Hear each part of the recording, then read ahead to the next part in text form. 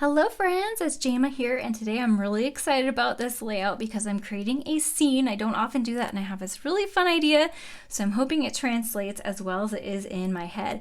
And I'm going to give you a tip to get ahead on your scrapbooking, so stay tuned for that. Today I'm using this Gnomes for Spring paper collection, actually just this one paper from it, but I just wanted to give you a quick peek at the rest of it because it's a new special from close to my heart as part of the Gnomes for all of the seasons that they have been doing, and it's really beautiful colors.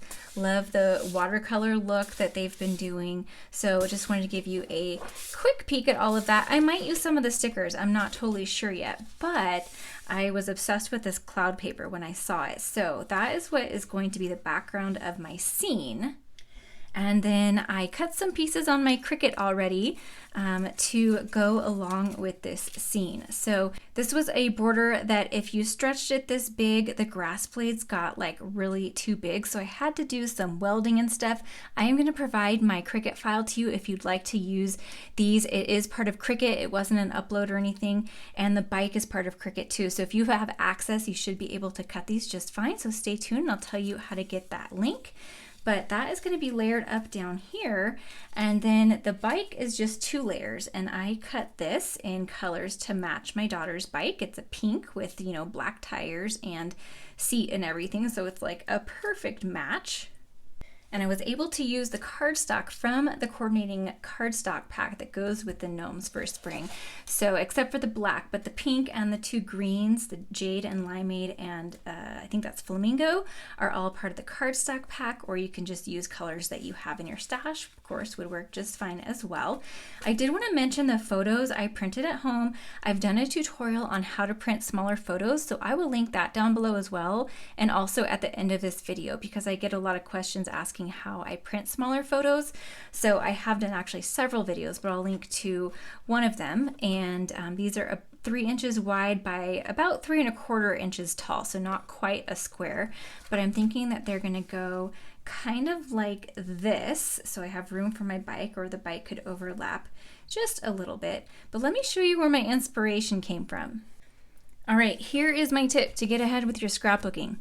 Use a sketchbook. Sketches are such a good jumping off point, and this is the new sketchbook from the creative design team. It's our new 12x12 sketchbook, and we have dimensions and everything in here, so there's really no guesswork. If you want to follow along, you can. And everything is 2-page layouts, so you've got 42 single pages or 21 double page layouts. They are all over the board. There's so many different styles that you're sure to find. There's like simple ones, more elaborate ones. All of them have the dimensions, so you know exactly how to cut them. I was inspired by this one, although I'm not following the cutting guide. This is more of an inspiration. I really like these torn edges here, and instead of doing the torn edges, I am doing those grass borders.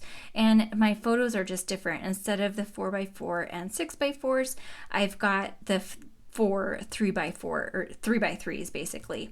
So I'm just using this kind of as inspiration, and as I was flipping in here through here, I wasn't sure exactly what I was going to do, but this one really hit me. I was like, oh, perfect. Oh, I bet I could find, you know, a grass border on Cricut, and I had fun with that, and I had fun finding the bike to go on it and arrange all of that. So I'm going to show you how I'm taking this as a jumping off point and creating my scene layout. This video is a collaboration with the creative design team, and we are all creating a layout with the sketches from this book to give you lots of inspiration. So be sure to check out their channels as well. Before I start building the layout, I want to talk about my paper choices because I've heard from a lot of you that you like hearing my thought process on why I chose the paper that I did. Let me get these ones out of the way and just stick with these. So originally I wanted to bring in a little bit of black because I have black in the bike, and I wanted to use black in the bike because that's what matches my daughter's bike. So I wanted to have that in here as just an accent, but I didn't want it to be too overwhelming. So if I put a 1/4 inch border of black around here, cut this down to 11.5, that allows me to fit my border around, because Cricut will only let you cut 11.5. So this is 11.5, and if I cut this cloud paper down to 11.5, that leaves me with a 1/4 inch border of black. But when I laid that out, it was just a little too overwhelming. These colors are so soft. The pink is soft. The whole collection is soft, but I'm just using this paper, so I don't have to necessarily look at the whole collection, but it still is a soft paper. So then I thought, well, what if I just do like a 1/16 inch border in black? I like that, but I do need to have another border then, because my cloud paper has to be 11.5, and I don't want these just floating and, you know, having that extra cloud on the outside. So I thought, well, what if I just do a little bit less of a 1/4 inch border of the white then? And I really like that. You've got just a little bit of pop with the black. Now I could take the black out altogether, but then I feel like that doesn't pop enough. I could ink around the edge in black, and that would give me just a really soft border, and that would totally work too. But I decided that I want to go with the cardstock, because then I can do a 1/16 inch mat of black around my photos too, and it will all tie in. So you guys probably know I almost always mat my photos first in white and then around in black. I could, you know, print them with the white border already, but I just like the extra dimension that you get from actually matting it on paper. And I have so many of these photo placeholders that I've gotten from scrapbooking kits. They come with them. So I use these as my white mats, and then it's not like I'm wasting paper or using extra paper. These are just extras anyway that I save only for when I use mats. So I will add a little bit of a border of white, and then I can add like a 1/16 inch border in black, and that will help tie in the black around here. And then what I'll do is I will gut out the center of my black piece here, which will be cut down to about 11 9/16, I think it would be. So just a 1/16 inch bigger than an 11.5. And then I will gut that out, and then I can use what I gutted as my photo mats. So I'm gonna do all of that, and then we will come back. Okay, I was incorrect in my math on the fly earlier. This is cut to 11 5/8, and you need an 1/8 of an inch bigger so that you have a 1/16 inch all the way around. So what I'm gonna do then is go out to about an inch, and then I'm gonna go up about an inch to gut it, and that will give me an inch border all the way around that will help me to adhere my piece too. And then you can see how once I go all the way around, I'll have this square that I can take out and use it for my mats. All right, now that my pieces are cut, decisions are made, I am going to start putting this together. I'm going to be inking around just the top of these grass blades. I want to give them a little bit more depth and dimension, and inking is a great way to do that. I added a little piece of my Tim Holtz media mat under my ink pad because that helps it to not slide around when I'm using the blending brush. And I'm going pretty heavy-handed on my ink blending. I mentioned in my last video, a lot of times I forget that the ink dries back a lot softer than when it's wet. So I'm making sure that I have enough ink on there so that when it dries back and is lighter, it's still going to add that nice depth and dimension. So I'm doing tone on tone. This is Jade ink on top of the Jade cardstock. And then the Limeade is a much softer color. So it's going to take a little more effort to be sure that I get enough ink on that one. So it's taking a little bit longer because I'm going over each area just a little bit more. I also have a smaller blending brush, so that plays into it as well. And then I'm just doing a little bit on the pink. This is the Flamingo ink, and I'm just going very gently, because it's a very delicate piece, around the edges of this one. Now, when I cut this on my Cricut, I did it upside down, so I had the light side up close to my cardstock. The colored cardstock is two-sided, so I had the light side up and I reversed the image, because when you do cut on the Cricut, it leaves little like white areas because of the white core. Sometimes it's a little rougher when it cuts, and the underside is not as rough. So I mirrored that and cut them upside down. And then the original grass blade was just like the top layer, that's shorter layer. So I also added some rectangles to the bottom of the grass blades to add height to the ones that are going to be layered in the back. So I just thought it would be easier for you guys to have my file and not have to do it over again since I've already done it.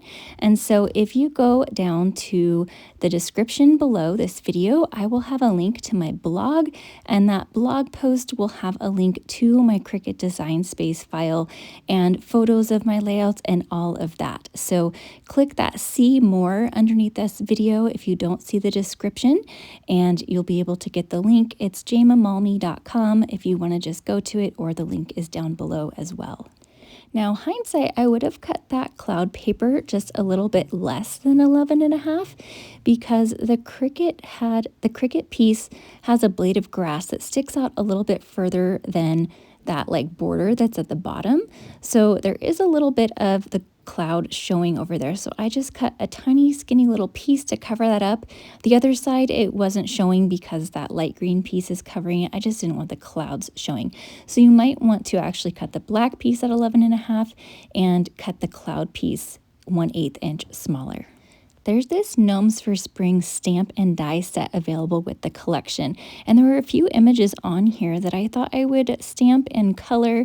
I ended up not using all of them that I stamped, but I'll just save those in my little envelope, and I think I can also use one of these titles as the title of my page as well. I decided to use colored pencils to color my images because of the soft watercolor look of this paper. So I have several colors. I have 2 colors of green. I've got woodland green and leafy green from the Spectrum Noir colored pencils. And I'm putting on the darker green first and then going over it with the lighter one because it's a little more limey. And I'm going to do that on all of the flower leaves and stems. And then for the tulip tops, I'm using hibiscus and rosy blush. Now, I found out that there's actually a 4th package of these Spectrum Noir colored pencils that Close to My Heart doesn't carry, and I found them on Amazon, and it has more of the pinks and purples and reds in it. So I'm not sure if these colors, I don't remember which set is from which. The hibiscus might be from that 4th set. I'm not totally sure. So if you don't have it and you have all of the collections that Close to My Heart carries, it might be in that one. And I'll link that down below along with all of the other supplies that I'm using. For the cute little snail, how cute is he? They all have matching dyes, by the way. I'm using 3 different browns. There's Vanilla Tint is the lightest, Natural Brown is the medium, and Light Auburn is the darkest. So I'm using the Vanilla Tint and Natural Brown for the bottom of the snail, and then for its shell, I'm going over it first with Light Auburn, which is the darkest, and then I'm going over it again with Natural Brown just to kind of add a little bit of shading. I didn't do too much shading, but I did color a little bit darker to add a little bit of shading on some of the images. I thought I'd also give you a little peek at this Snail Trails stamp set that's coming up in the next catalog because it also has some cute little snails and a similar rainbow, but it's a little bit bigger. I'm going to tuck these little pieces that I colored down into the grass. Now I thought about cutting those little tulips apart and having them as single ones, but I decided to keep them together. I kind of liked just the 2 pops of color, like the 2 clusters, rather than having a bunch of single ones so that it didn't get too busy. How cute is that little snail down there? Now, I can't believe I didn't think to cut a sun when I cut all of the other Cricut images, so I went back and added that to my Cricut file. There were a couple of suns, and I'll leave both of those in the Cricut file for you, but I decided on this one. It's just a little more whimsical, and I like that one better. I decided to swap the photos because there's more blank space to the right of my son on his bike, so that sun fits better. I love these photos. It was so cute. They were at their school camp over the summer last summer, and they had bike day, and I was out walking our dog. We live really close to the school, and all the kids were out riding their bikes at the same time. And so my kids stopped and said hi to our dog. This is our dog who passed away a few months ago. And then all of the other kids that were riding their bikes, they all stopped, and my dog just ate it up. She loved to just stop and roll over and get belly rubs. So she was in heaven, as we're all the kids. So I have these bracket dies, and I thought that those might be cute to stamp the title on. There are 2 sizes, and when I held them up on the layout, I liked the smaller one best, but not all the titles would fit on there, but this full of life one fit just barely. I think we'll still have enough white space that it's not going to look too squished on there. So I'm going to go ahead and stamp that onto some white paper. I'm using my Misty just because I want to make sure I really get a dark impression, especially since it's kind of a more solid stamp. I wanted to be able to have the opportunity to stamp it a couple times. Since this is a new stamp, I need to rub it with my hand to kind of help season it. And I would stamp it onto some scrap paper first if I wasn't using the Misty, but I know that I can just re-stamp it again if I need to, so I didn't worry about stamping it onto the scrap paper. Now this first impression was pretty good, but I wanted it to be just a little more solid, so I'm going over it again.